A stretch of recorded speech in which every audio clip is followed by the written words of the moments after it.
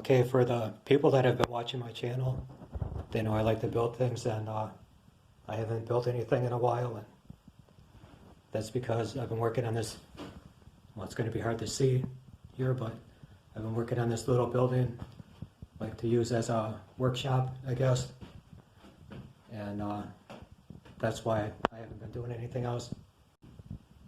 I still have an extra engine, and the mini bike frame I started and never finished. So I'm hoping to get back to messing around like I used to. I don't have electricity in this building, so that could be a bit of a project, but I'm going to try and do as much as I can, and if I have to, maybe bring something somewhere to get it welded.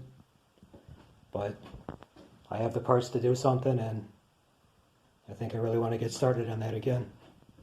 And there will be videos of the little mini bike thing too. So thanks for the people who have been watching, and for the new people, there will be new projects.